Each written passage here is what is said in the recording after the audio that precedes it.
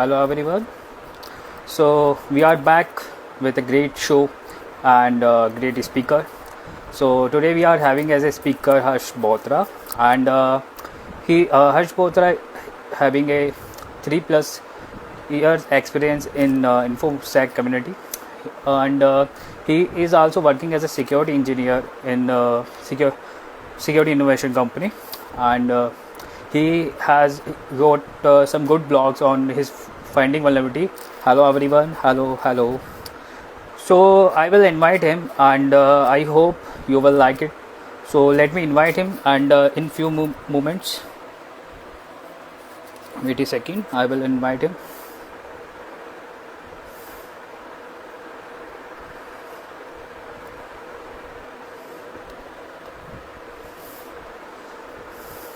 Hello everyone. I hope he will come in few seconds. I invited him.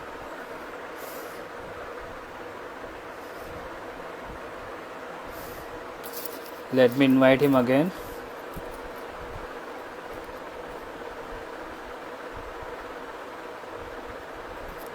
Okay. Sorry for the problem. Wait a second. I will invite him.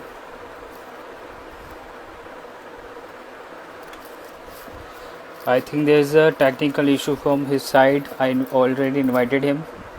I hope he will join us in soon. I'm great. So we are today we have topic that is app security and bug bounty. That is trending topic in InfoSec community. And let me invite him. I already invited him. I think there is a technical glitch from his side. Okay.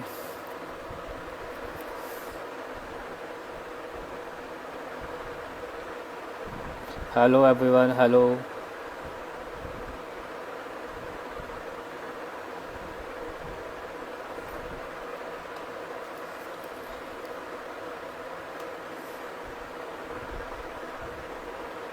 I already invited him.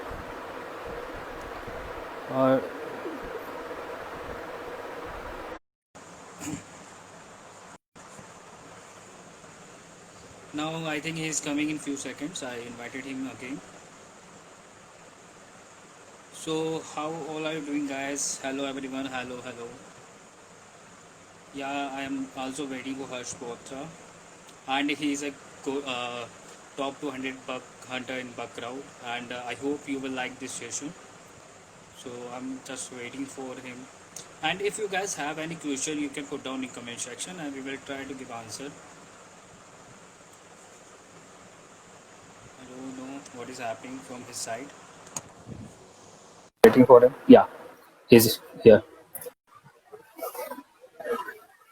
Hello. Oh, sorry, everyone, sorry. And there is I got a message from Harsh that there is a internet issue from his side. Give us some minutes. He will back. So if you guys have any question related to guys, and ask him. So if you have a good question, so you can invite him. You can ask us, and we will try to give answer. Yeah. Hey, Hello, hi. Harsh. How are you? I'm good. How are you? Yeah, I'm great. Some internet issues from my end lately, so there might. Sorry. Yeah, Yeah, it's okay. that's all right. That's all right. I'm audible now. Yeah, Yeah. yeah, First of all, congratulations to for the top 200 bug hunters. yeah. Thanks for that. And so today we are discussing about the app security and bug bounty. So we have good Yes. questions from the audience side, and thanks to S Hackerboy, he gave us Okay, some good question about the bug bounty and information security and application security. that's great. So first of all, audience wants to know what is application security. Okay, so when we talk about application security, or let me just take you back to some of the old game. Like, let me tell you about cyber security, right? Yeah, Because right. whenever you guys start, you just talk about, okay, I just want to be into information security or cyber security or Yeah, something right. like that, right? So the application security is one of the sub part of the cybersecurity, which Yeah, right. mainly deals about testing the web applications, the mobile applications, the smart applications like your smart TV based applications and things like that. So, for example, currently we are just talking over this live session through a Okay. mobile application, maybe the web application, right? Yeah. So these things come under the application security perspective. Okay. As an application security engineers or the bug bounty hunters, our job is to test those application and like ensure that the data is confidential, data is integrated, and data is again available to its the original owner itself, right? Okay. Okay. So there are That's three things that we mainly focus on. okay. That's great. That's great. So, if we are doing application security, so what is the focus area for application security? Okay, so if I just talk about the focus area in terms of the scope, then usually we talk about the mobile applications, the web application. Then there are some called desktop application. If you have like Yeah. Yeah. seen the Microsoft Word and Microsoft Excel, these are called thick clients in the terms. Then there are some IoT protocols sometimes that we consider into application security. So these are Okay. some of the major areas that we focus in terms of scope. Okay, Yeah. and in these areas, we mainly check for three things. That is called CIA: the confidentiality, integrity, and the availability. Okay, That's great. so okay, so when I talk about the confidentiality part, that is like, for example, you are chatting with one of your friend, right? So Yeah. that Right. should be visible to either you or your friend. If, Yeah. as an attacker, I am able to see your chats or from your side or his side, that is affecting your confidentiality, right? Yeah. Right. So that is the first factor. Okay. Secondly, there is something called integrity, right? So, Right. for example, you have the right to delete a message on Instagram, right? Yeah. Right. That's correct. So, what if an attacker can delete a message or send a message from your behalf? That is Yeah. actually impacting your integrity, right? Right. Modifying something. Right. Then there is something called availability. So availability can be considered into a few sections. Like some people call it denial of service, where Okay. the original user has no access to the application, Yeah. right? Right. So for example, you even won't be able to open Instagram. Okay, so that would be your availability impact.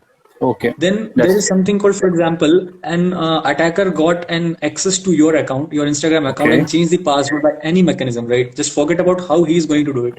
So after that, you won't be able to log into your Instagram before you are able to reset your passwords or things like that, right? So basically, you are logged out from your account, Okay. and your That's account is it. no longer available to you. So that's the impact on the availability.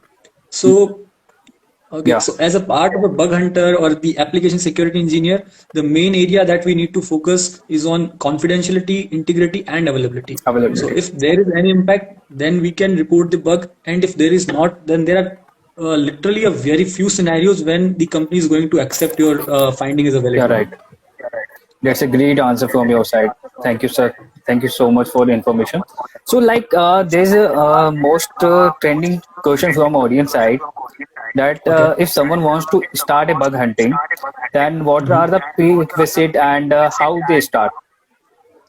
Okay, so I am really not going to give a generic answer like do this, do that. So I'm just going to tell about from my own experience that how Yeah, I great. started into this information security and the bug bounty journey.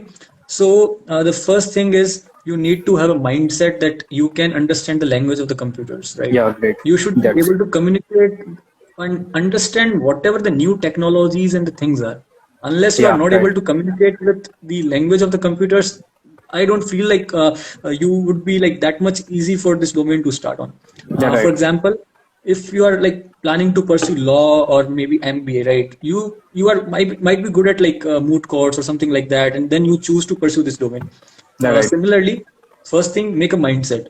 Learn about how you can communicate with the language of the computers. Okay, then understand the basic of operating systems, Yeah, how the internal parts work, how the things work. Like if you are typing something like, okay, hello google.com, right? How the things are going to happen on the back end.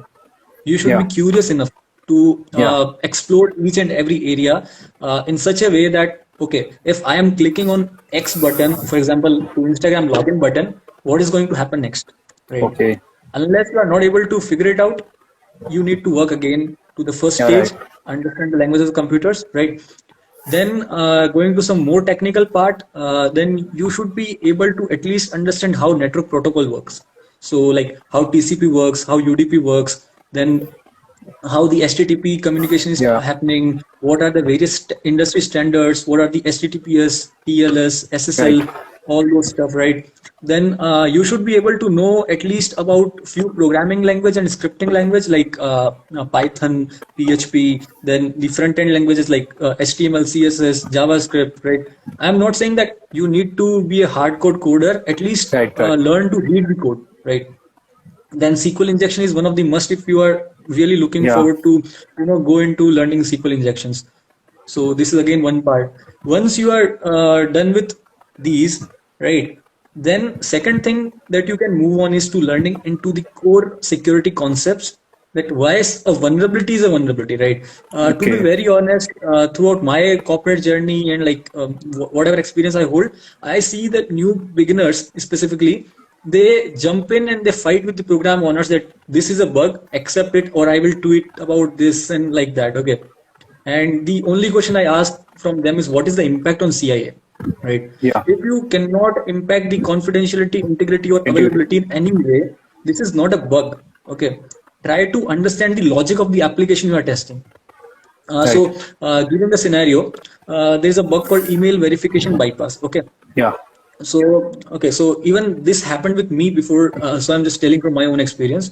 So there was some dating website where I can bypass the email and create an account. Okay. Okay. And then there was some normal application like just having a user account and not that much function. Just it need a login for a card function. Okay. Okay. And I can also like I can like create an account from your email. There is no verification from there Yeah. and something like that. The first bug got accepted as a P3, which is a kind of medium severity bug, and second Okay. one is not accepted. Okay. Okay, so the reason being in both of the scenario is in the first scenario, this is a dating web application. I can easily defame anybody, right? This is the impact on the customers, which is going to impact their business. Okay. And in the second scenario, this is just a shopping cart. Okay, the user logs in, and just simply purchase something. That's it.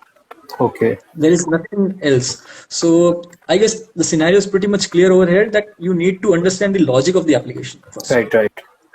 Okay, then directly do not like rush into learning. Like I see people learning XSE, learning like RC. First, Yeah. understand Right. what is XSE, how XML works, how XML processor works. Right.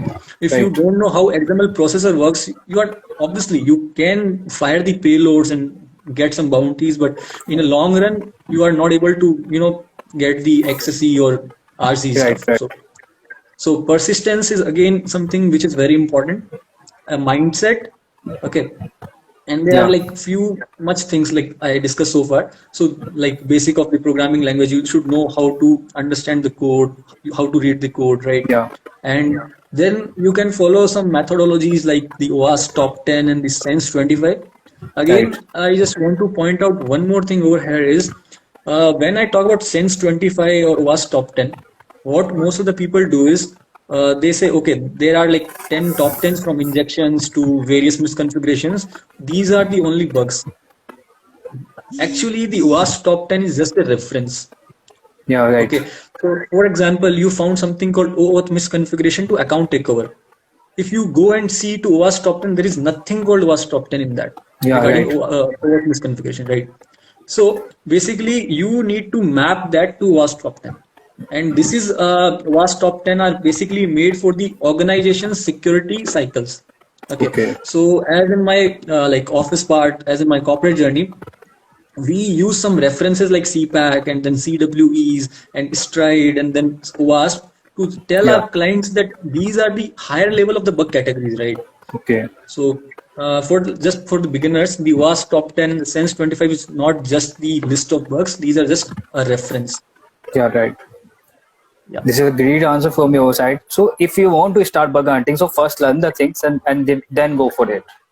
Yeah, Yeah. first kind of do a pilot project and see that are you really meant to be into this field or not. Like just Yeah. don't Right. rush into this field. Like even today I had a call with a guy and he was like, I'm just done with my 12th and I need to start into this. I told him the same thing that first see on a pilot project, like, are you able to communicate with the computers the way you should be able to? Like, Yeah, right. how you're able to like communicate with the normal mobile games, right? You are very much interested, excited, giving like hours to it, like PUBG when it came, people were giving hours to it, right? Are you Yeah, able to give the hours to the bug bounty or the security journey or not, right. right?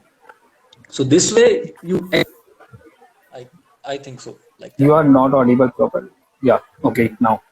So, because most of our people right now are rushed into the bug hunting because of the bounties and cash and all. Your Mohit, Be- your voice is Just dropped. I because guess of your money. earphone is plugged Hello, out. Your hello. earphone is plugged out. I guess your voice is dropped. I'm audible. No, it's very like dull voice. Okay, wait a second. Now, Let's check. It's hello. good from my side. Okay, just go on. I can hear like a bit. I'm audible now. Yeah, a bit, but not that much clear as you were before. You But I are can just manage it. Don't worry. okay. So, right, people are rushed into the bug hunting because of the bounties and cash and all. They don't want to learn the things in a proper way, and they just start hunting. So, what is the advice you want to give to them? Okay, so when it comes to like earning something out of the bounties and like some obviously money, so yeah, Yeah, something is very important, which is money. Okay, everybody accept that you need something if you are like putting your time, right? okay, But then there is one more thing, that always do not just run and rush behind the money, right? So there is something called like hunt like a bug bounty hunter and report it like an and think like an application security engineer. If you yeah, take both of these things into consideration, then you can do pretty much good. Okay, so there are two things. You just want to secure the community and you also want to learn. Okay, then you just go for the VDPs as well, and when you are like bored. So what I do is, whenever I just feel like I am lacking some skills, or I want to try some new attack vectors, or I want to just refresh my knowledge, I just go yeah, to some random VDP programs, because I know that most of the top guns are not going to hunt on them, and I can easily get some good interesting bugs on them, and right, that will again like boost my motivation and everything at place. right, right. So if you're starting and you really need a motivation and see that you can find some valid bugs, I suggest go to VDPs. Okay, Okay, go to VDPs, like spend like a week or two and find some good bugs, get some motivation, and then just drop into directly to the private programs and the paid programs. that's So great. from my perspective, I hunt on both, on VDPs Okay, as well and the paid programs as well. Okay, it's just okay. up to you that how you take this thing. So for me, it's more of like securing plus earning both. Okay, that's great answer from your side. So, and I know that most of researchers use tools. So, what are the most famous tool in bug hunting that you use and other researchers use? Okay, yeah, so there is something called Burp Suite, which is Yeah, the proxy tool. Okay, so that is something very important that you learn, because I see most of the people, what they do is they run Burp Suite and run automated scanner. So that is something not that you should do when you hunt bugs yeah, right. manually. Okay, you should learn each and every aspect of the Burp Suite, like repeater, which is used to repeat the request, Right, intruder for the brute force and things like that. Okay, right. so if you know the advanced uses of the Burp Suite, it does pretty much all the jobs for you. You need not to then use directory searching tools for doing directory searching like dir search or FUF. Burp Suite can do everything at its own, Right. right? Then secondly, there is something called Nmap, which is a very essential yet important tool. Okay, Nmap alone can do all the reconnaissance. Yeah, So right. most of the people may not know that Nmap has something called NSE, which is Yeah, called right. Nmap scripting engine, which has like many scripts that you can use to do recon and do exploitation as well. Yeah, right. Then Metasploit is a good tool, but I rarely find it useful for the web application part.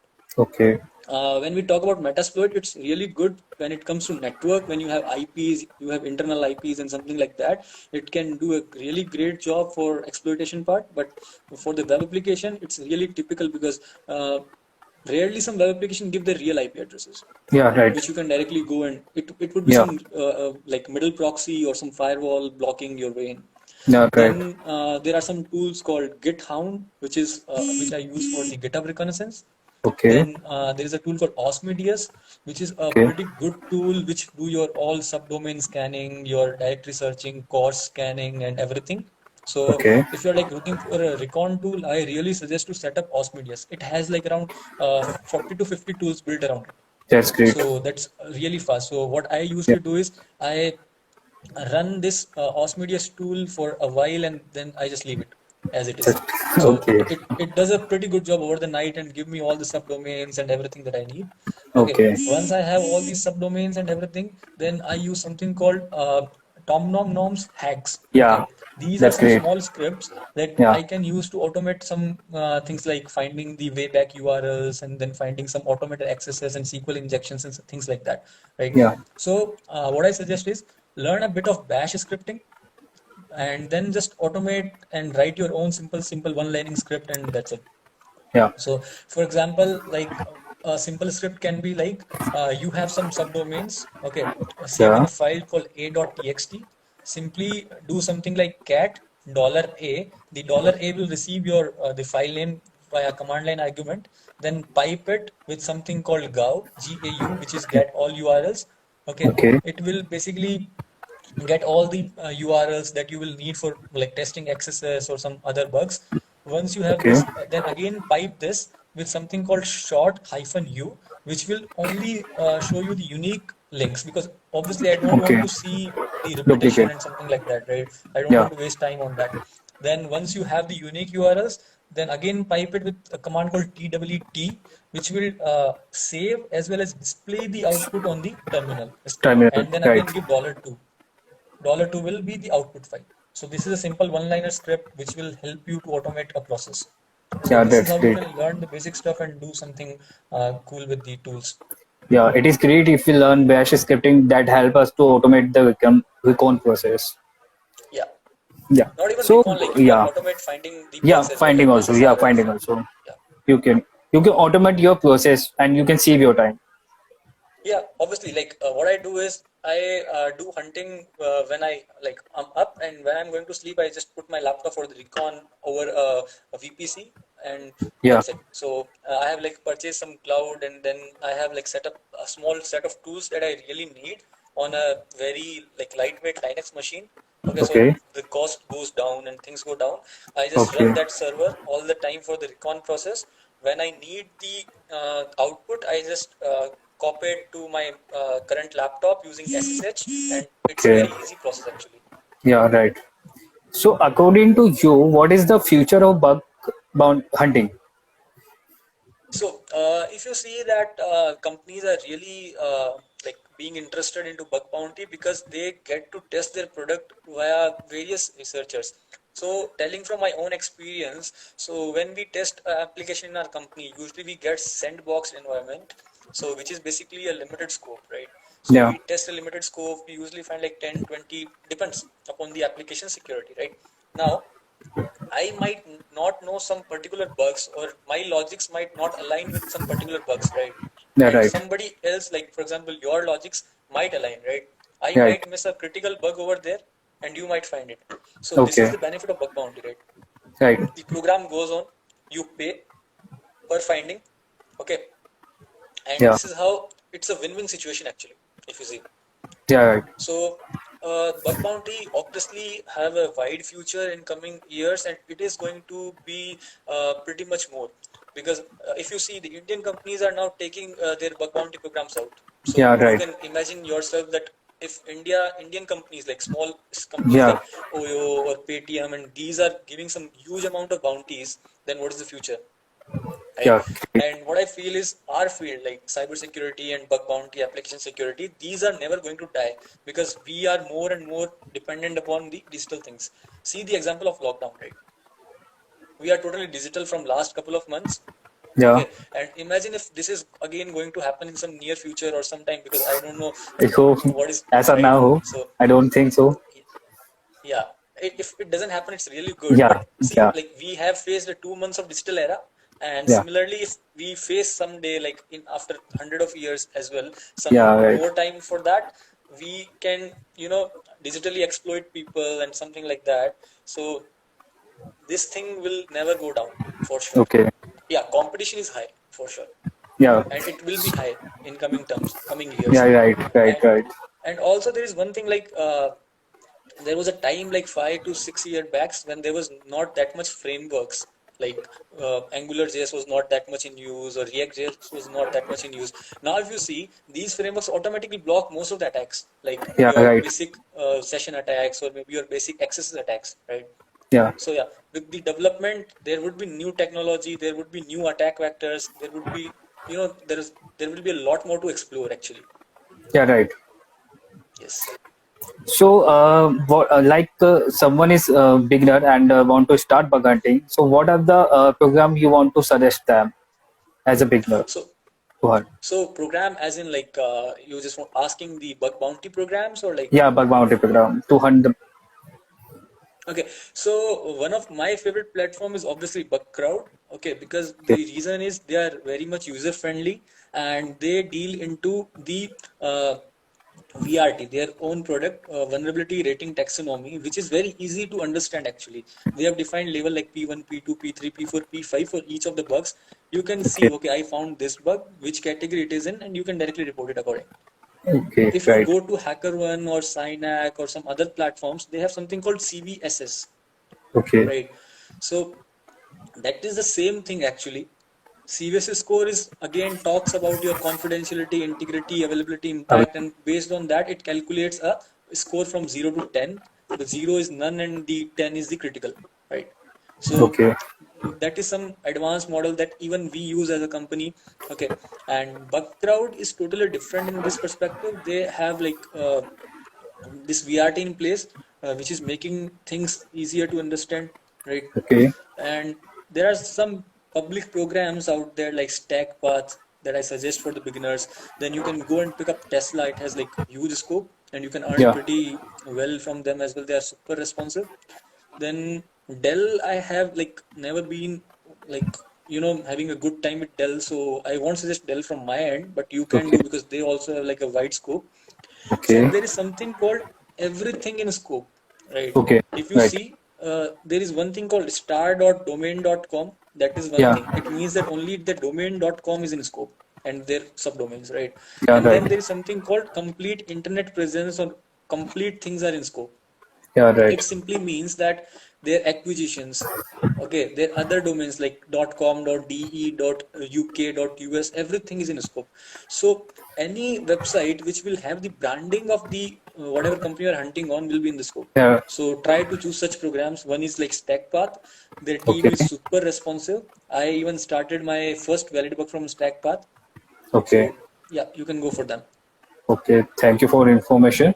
And one important thing that like beginners start hunting, like you said on Bugcrowd, and if they not found any bug on Bugcrowd or HackerOne, they start getting demotivated.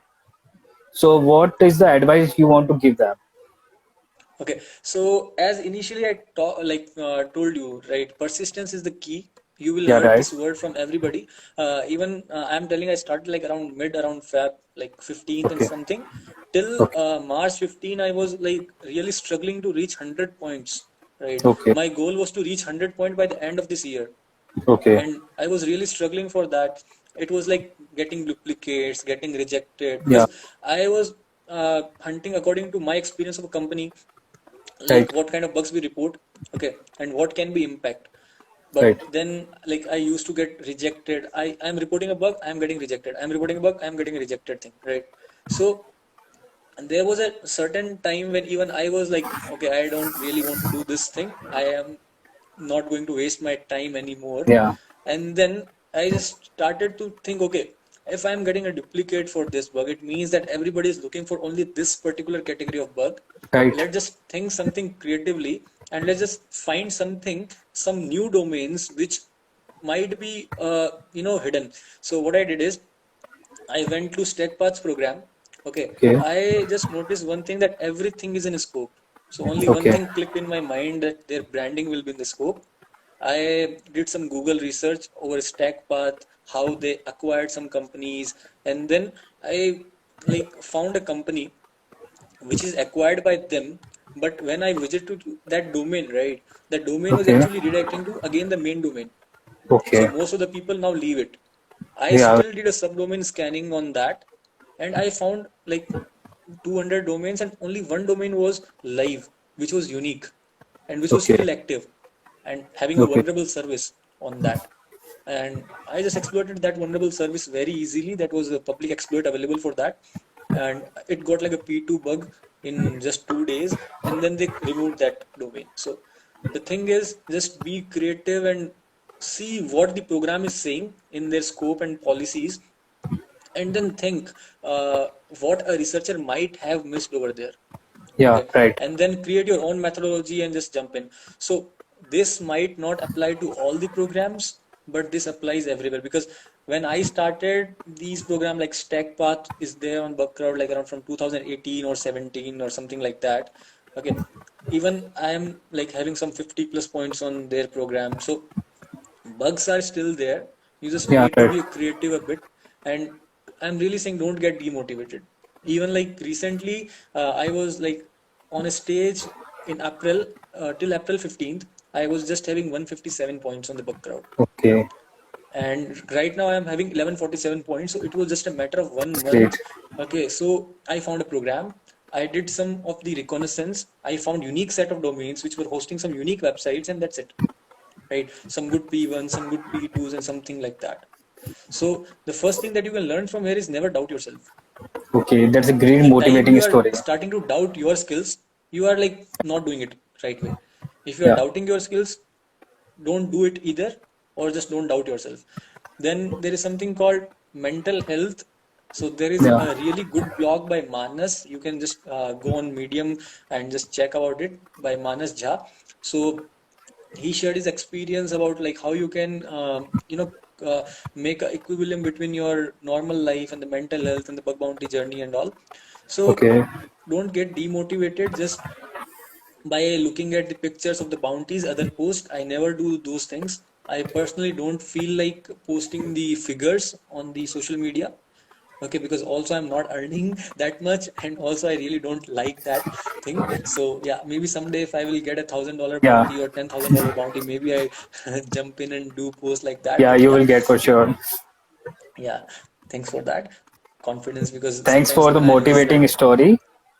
Yeah. So also there is something called like like okay, it's okay to stop hunting for a time period and Yeah. get a burnout and like lose confidence, but spend time and think what you're doing wrong over there, and just Okay. try to remove those points and then just jump back.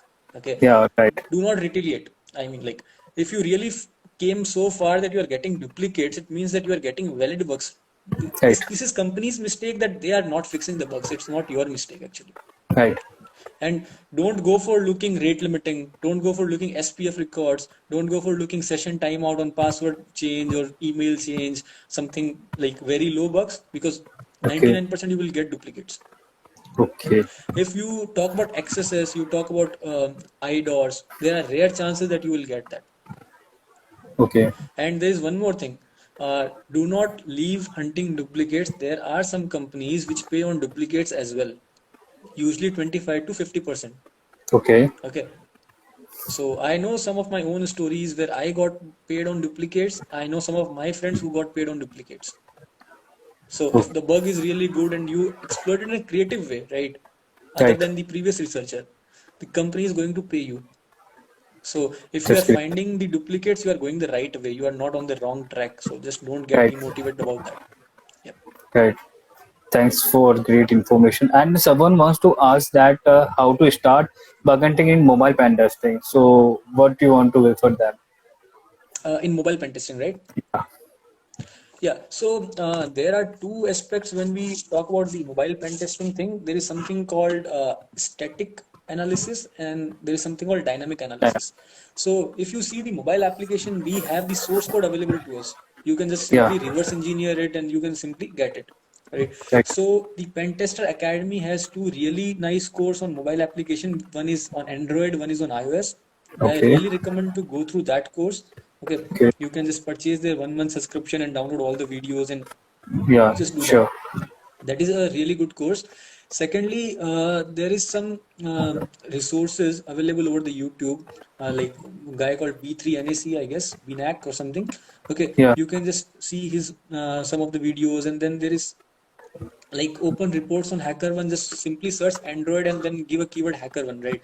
And just see Okay. that how people are finding the bugs on Android. These Okay. will help. I personally do not work much into Android or iOS. iOS I really don't work at all. Okay. Android I sometimes work and sometimes don't, depends upon the office project, but not into bug bounty. Okay. So even I am also planning to like go for the static source code analysis of Android as well. Okay. So set up a local lab. There is something called Insecure Bank by Dinesh Okay. Sethi on GitHub. Just Okay. install that application that covers both the static and the dynamic applications testing. Okay. Thank you. Thank you so much for information. And And also Tushar, the yeah. dynamic part of the Android applications is exactly same, like 99% Okay. same as the web applications. Only the Okay. static part is different where you read source code and you do the analysis. Okay. That's great. Yeah. And Tushar, you are asking about the course name. So course name from the Pentester Academy, that is Android pen testing and iOS pen testing. Sorry, can you please repeat? No, someone is asking that what are the course name? Yeah, so if you go to the Pentest Academy, Pentester Academy. so Yeah. there is a complete course section. I exactly do not recall the exact name, but there are like several courses on the complete this information security stuff, like reverse engineering and all. So there is a Yeah. course on Android as well. So just go and search over it. It would be there listed. Yeah. That's not a big deal. Like just you need to go to their website and search about it. Yeah. So their 1 month thing cost like around $39 or $29 stuff. Okay. So it's really worth it actually. If you're Okay. like, see, if you always try to save the money, you are not gonna get that much. Yeah. Right. Even when I started, I used to think like that, but then okay, I thought to invest because what I think right now is if I will invest, I will be more hungry to get that investment back Yeah. and I will Right. be getting something. Right. Right. So don't like see like okay, I am a student, I cannot afford or something like that. Everybody can afford a 5,000 rupees or 4,000 rupees thing, just go for it if it's helping you. Okay. So and you, as you know that every researchers have their own recon method to find the bugs and all. So what are the Yeah. methodology you want to suggest to our beginners? Okay, so when we talk about recon, we really need to be structured over this thing. Right? Yeah. There are many researchers who will say that start with subdomain scanning, ASN scanning, and Right. mapping Right. and thing like that. The one thing that I really need you to focus is on scan the subdomains using 2 to 3 tools like Aquatone, AMAS, Asset Finder, the Sub Subfinder. sublister. Okay, Yeah. then concatenate all these subdomains into a single file Yeah. and short uniquely. As I told you in the bash profile, right? Yeah. Thing. Right. Now you have the unique short like list of the subdomains. The reason Okay. you need to use 2 to 3 tools is sometimes they miss 2 3 domains and they might be juicy domains, Yeah. Right. right? Once you have the complete list of subdomain, you can do multiple things over there. You can simply take the file of subdomain and then Okay. first send it to GitHub scanner, like Okay. GitHub. Okay, then it will just keep on happening and it will just give you result out of all the domains, right? Not only the Okay. main company's domain. So this thing is really helpful to Okay. like quickly automate the process. Secondly, send these domain to HTTP probe. There's a simple tool called HTTP probe. Yeah. So then simply if you just only need the HTTPS, I generally prefer HTTPS only. So there is a flag called hyphen hyphen prefer HTTPS, and then you Okay. will have like all the HTTPS domains. So now Okay. you have the domains, you have the GitHub scanner running, Right. right? The next thing is like what I do personally is I copy all these domains, paste Okay. into a notepad. I just split my screen half side browser, half side the notepad, right? And I Right. manually visit each and every domain because Okay. 99% of the time the screenshot tools like web screenshot or the Go Witness they miss something, right? And they Okay. miss something on which usually I find the bugs. Okay. So I never take the risk of doing visual recon. Yeah, if there are like 10,000, 1 lakh domains, there are Yeah. several methods where you can actually see that, okay, how many 302 or 200 redirects are there, and then you Okay. can short the domains and reduce the list. Okay. Okay, Okay. so generally speaking, I do a screen like splitting and one side domains, one side screen. I open 50 domain once. I see Okay. which are looking nice, which are unique domains, which are having juicy stuff. I copy Okay. those domain to a new file again, right? Okay. So at the end of this process, from 1,000 domains, now I have 100 unique domains. Okay, now I Okay. start one by one on testing the OWASP Okay. top 10 and the Sense 25 test cases. Okay, then again I see that which application are actually running and which are not running. Okay. So I just like take all these running application. I just I have like some written some simple bash script to send all these domain one by one to the directory searching tools. Okay, Okay. I really don't want to send all the 1,000 domains which are not reachable at all and Right. waste my time on directory searching. Rather, I would spend half an hour extra and then reduce the rest of the time. Right. Okay. Then I use some simple Google Docs like site star.star.domain.com or sometime like star.star.domain.com minus star.domain.com or something like that to get some new Okay. like subdomains. Okay. Then you can search for like open S3 buckets using Google Docs. You can search for the paste bins. You can search for the Trello boards. You can search for like Yeah. crazies and something like that. But I so far haven't found them that much interesting, to be very honest, over this Okay. point. But GitHub and Pastebin, these two really helps, and AWS one. Okay. Okay, so this is the one side. Then I have the list of subdomains. I send them to subdomain takeover tools and see if Okay. there is some subdomain takeover. Also, during my manual thing, the subdomain takeover tools are not always efficient as well. Right. Okay, so I check manually. Even in our group, we were recently talking about a guy who just found a Subdomain. subdomain takeover on a reputed company by Yeah. manually checking that, right? Yeah. Right. So manual recon is really good. Automation just help you speed up. Okay, Okay. and really don't run that much like you do ASN, you do IP discovery. That is not always applicable. Right. So for say if I say that everything is in scope, like every SN Okay. of the company is in scope, then what I will do is I will go to Crunchbase, I will go to Owler, I will go to the reverse voice, and I will see the all the acquisitions. Okay. Okay, and then I will use the ASN and something like that. That will be helpful. But if I talk about like a simple like start.dell.com, ASN Okay. might not be that much helpful. Crunchbase might not be that much helpful, right? So these are some of the basic recon methodology that you should really actually do and implement Okay. into your day-to-day testing, right?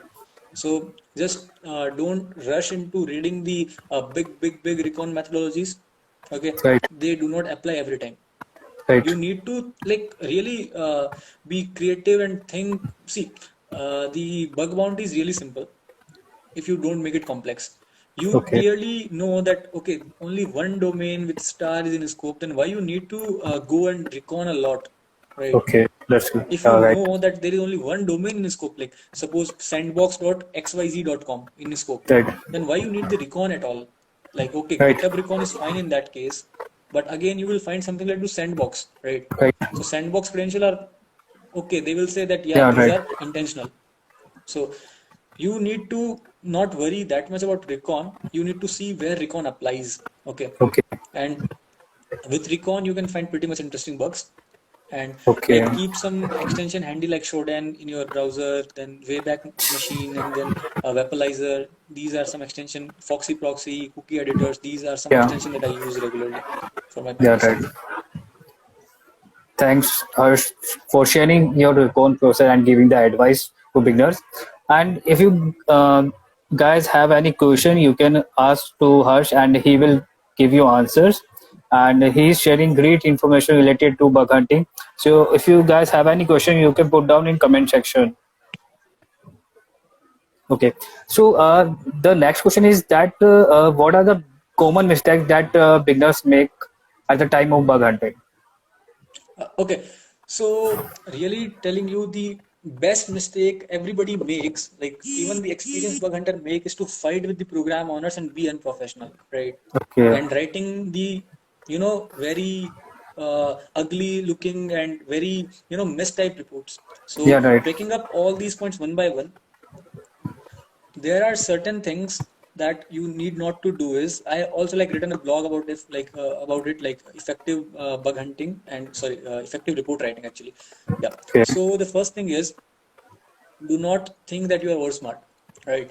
All Because right. most of the beginner think that we are over smart, we can fool. Like they what they do is they simply put a HTML injection payload and they try to tell it, okay, this is a stored access, I can do this, I can do that, I can do that, Okay. right? Yeah.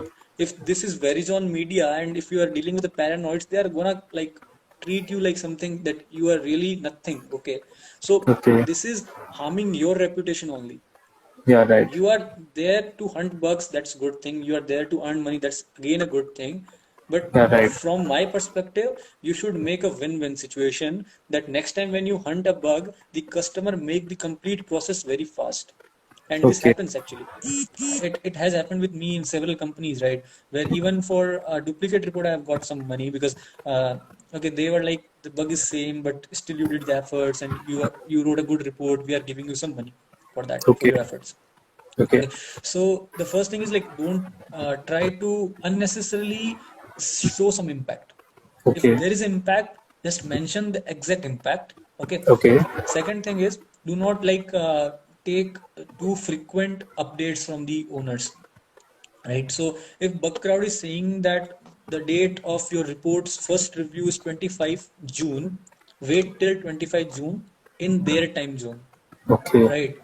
So what I do is if the report is not reviewed by the triager, if it's Okay. Saturday, Sunday, I give them extra day.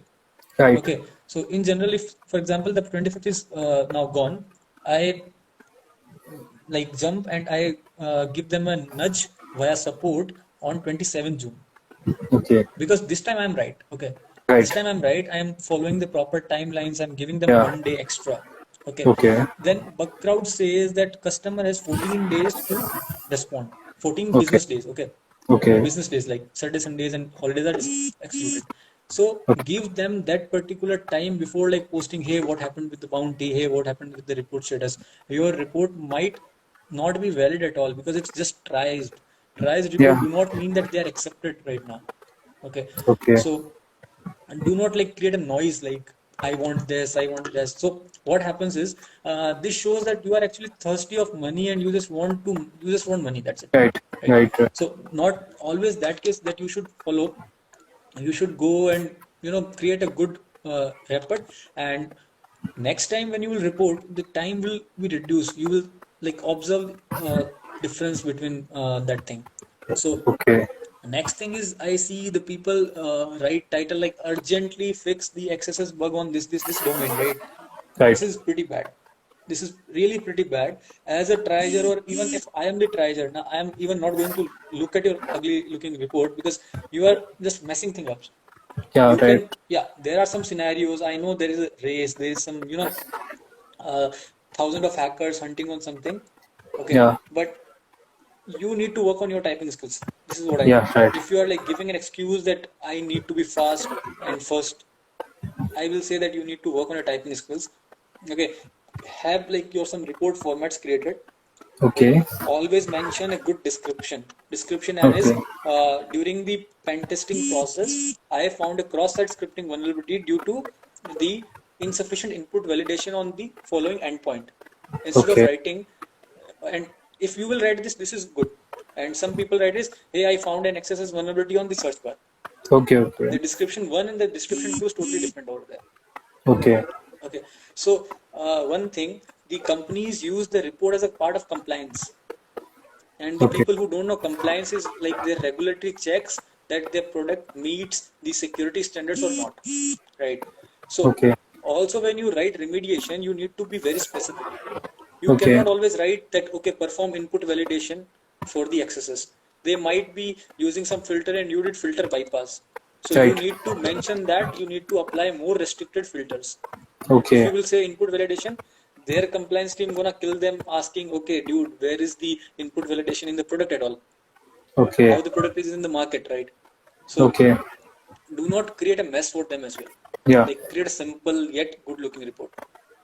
Okay. And So if do I, not yeah. like, yeah, so do not like just be fancy, hey bro, hey sir, hi, this, that. When you're into a professional thing, it should be a professional language that I feel. Yeah.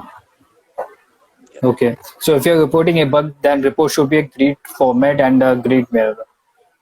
Yeah, so the language should be the professional. Okay, if you're Yeah. not good Right. at English, that's okay, but try to be professional. There are certain report templates available on GitHub. You can use them as well and just, just change few particular sentences from them and report it.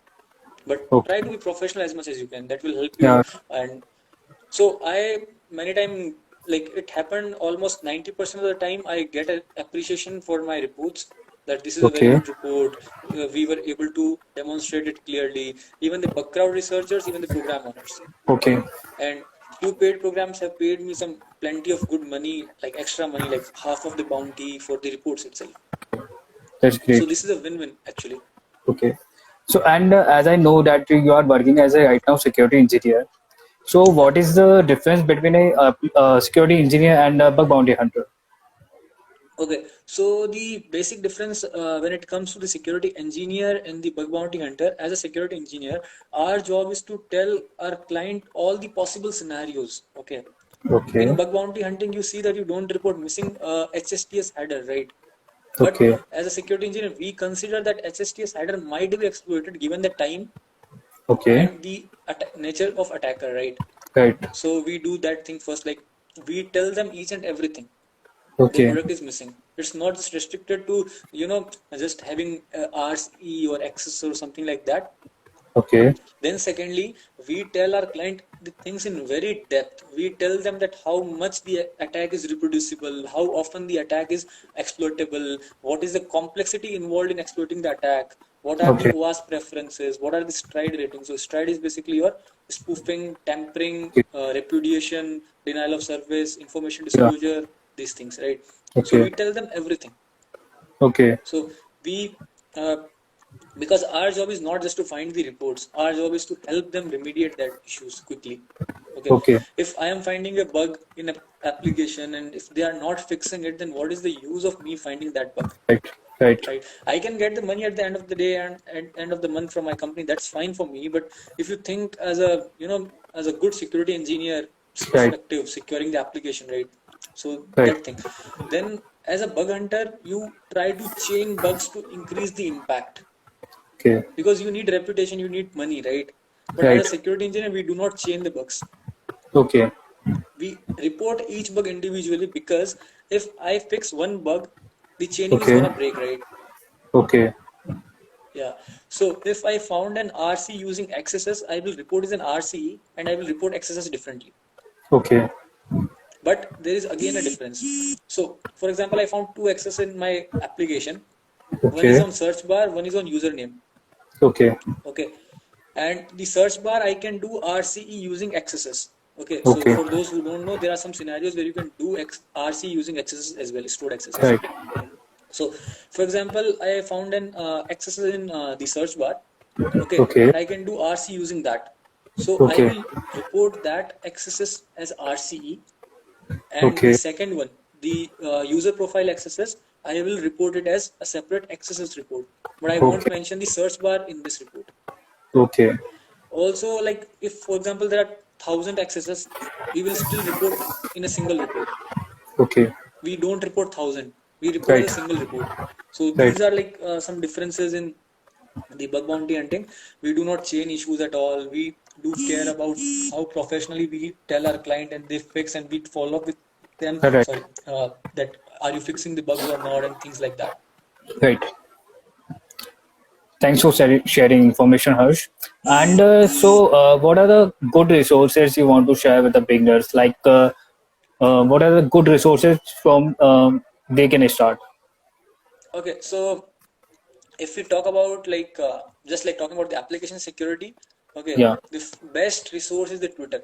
I personally Okay. feel that Twitter has everything up Yeah. to Right. date, because follow some good researchers and you will get a plenty of tools, plenty of good resources that are not mentioned in the courses. Right. Secondly, do not rush behind taking a course. The courses are not going to teach you that much. Do the open Okay. research and open study. Okay. Okay, for example, you know that there is a bug called course Yeah. origin resource sharing, right? You want to learn about it. Okay. So the best way is to read all the write-ups on the course from Medium, from the researcher blogs. Okay. Pentesterland has a huge resource of the blogs, Yeah. right? Right. Right. And then learn it. If you are into development, you know the development language, you can just simply Okay. set up a vulnerable course environment in your own, and you can just practice over that, right? Right. Then third thing is hit the target. Okay. Really do not just keep on learning, hit the target. For Right. example, if you are learning for 6 months and you are not hitting a target, on the 7th month you won't be having a confidence to hit the target. Your mentality would be, I just want to learn, I just want to learn, right? Right. Right. So what I do is I learn, I hit, I learn, I hit. That's it.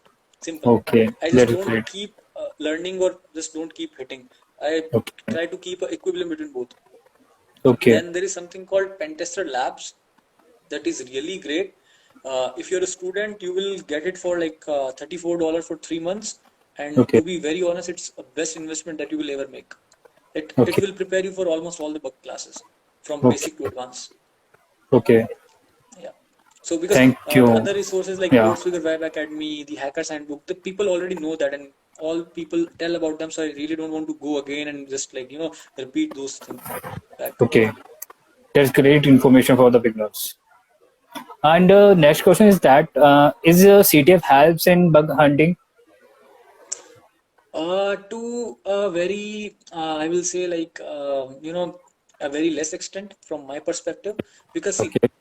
the CTFs are usually, classified into a big categories like reverse engineering, Yeah. Right. the Right. malware analysis and things like that. Okay, and people already know that the vulnerabilities are there. The people Okay. already have a mindset that these things are vulnerable. Okay. Okay, I know few people from my own connections who know this stuff, right? Who do Okay. CTF a lot, but when it Okay. comes to bug hunting, they really don't understand the bugs. The Yeah. reason Right. being, they say that I know this application in the CTF is vulnerable to SQL because the challenge name is written over there, description is written over there that okay, I have to find a SQL, Right. right? Right. And if you see that CTFs are diverse, they are not, focused on one thing specifically. So Okay. CTF, as in like if you solve hack the box, it's good for networks. Like if you want to Okay. do into network pen testing, it's really good, right? Okay. So if you're doing CTF, network pen testing part will be strong because like if I do internal audit, red teaming, if we say, then like we might encounter something called a binary present into their network, and I really want to analyze that binary. I have the knowledge from CTF that will help me, right? Okay. But in web, I barely get across a binary, or I barely get across a malware hosted over there, Okay. Okay. right? So Yeah. CTF might help, but they are not always useful in bug bounty at all. Okay. Yeah. That's a great So if you, information from your side today. Yeah.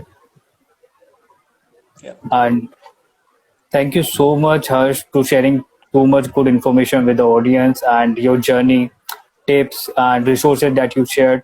That is valuable to us. And we have good question with us, and you shared a lot of information with the audience. Thank you so much, Harsh. And if you guys have any question, you can DM him. You can ask him, and you can DM us. And this was a great session. Thank you so much, Harsh. Thanks a lot. yep. Okay, so have a nice day, and thank you for joining in for the session for Yeah. a very short notice. And Yeah. I hope that you will do good into your bug bounty journeys. And yeah, so just taking a question about IoT security. So I Yeah. really don't work that much into IoT security, and IoT security involves you to have the hardwares with you, the resources with you. It's more of like you are testing the protocols. So Right. these are some different protocols than the normal TCP and the UDP. There are some several particular protocols defined for them, and you test them. So IoT pen testing usually come into the network pen testing part. It's a bit similar to that. So I am really not that much resourceful to that thing because see, if I am really not something into something, I Yeah. won't say that I do this. I Right. mainly do into application security, networks, and things like that. The IoT part I have explored, but not to that extent that I can Yeah. actually guide people for that. Right. Right. So maybe someday we Thank you. can talk about Yeah. IoT as well. Yeah. I hope. Sure. Yeah. Thank you so much for a valuable session. So thank you so much. Have a nice day. And how to Thank join you. NSA, I really don't know about that. Thank you so much, Okay. Harsh. Thank you so much. Okay, so you guys can DM me at any time. I will try my best to respond you over Twitter, LinkedIn, or Instagram, whatever it is. So follow me on Twitter for the tips, Medium, LinkedIn, wherever you feel like. Just Google my name, Harsh Bothra, and you will find me everywhere. So That's bye, great. everybody. Bye. Bye. Yeah, Thank you so much. bye. Take care. Bye. Bye. So it was a great session from with the Harsh, and we came every Sunday, and with a great speaker and with a great session. If you guys want a session on a particular topic, you can guys DM us, and you can follow us on Instagram, Facebook, LinkedIn, and YouTube. You can subscribe on YouTube also.